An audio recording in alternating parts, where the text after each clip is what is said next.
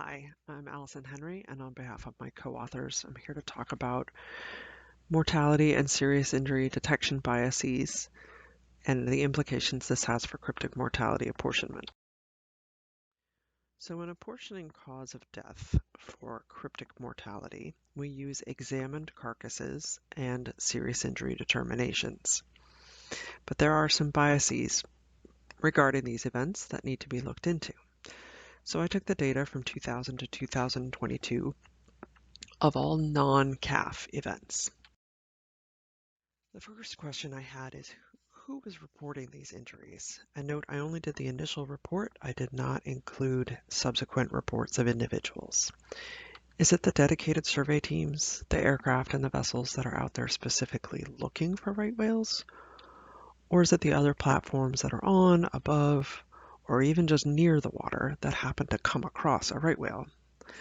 I was surprised to find that of the 79 carcasses that were reported during this time frame, 84% came from those opportunistic platforms, while the serious injuries were about 50-50.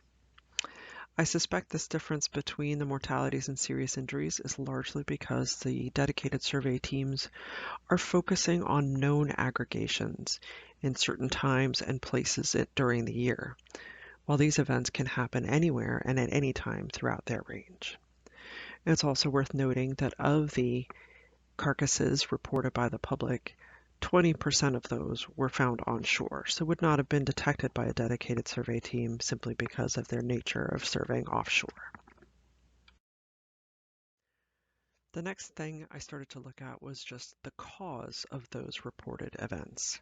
Now for mortalities, I only looked at the examined carcasses. So again, 79 were reported, 39 had a complete or partial examination. And where cause of death could be determined, it was a 50-50 split between entanglement and vessel strike. The bias in this case is more for the serious injuries. 87% of the serious injuries during this time period were from entanglements, with only 6% from vessel strike. This did not surprise me.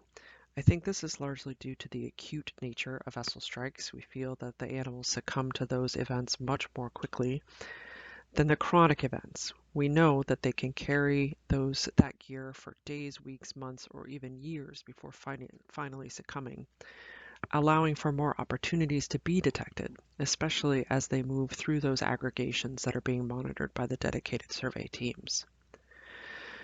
This is also a good opportunity to remind everyone that the serious injuries are based on external examinations alone, while necropsies provide internal and external evidence.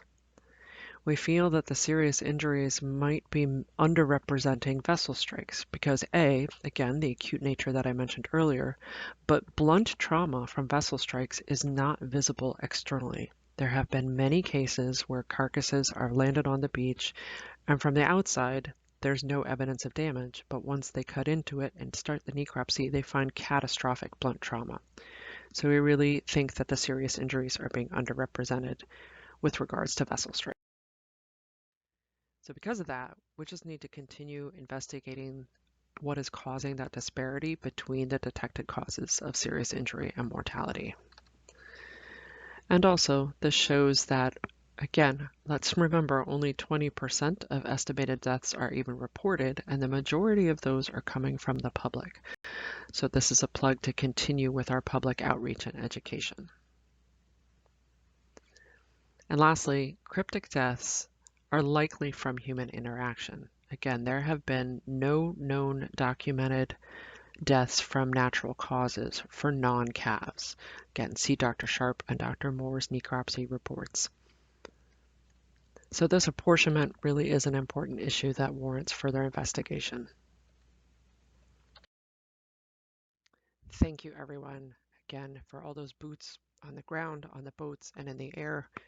We need all the work and effort that you do to make this job possible.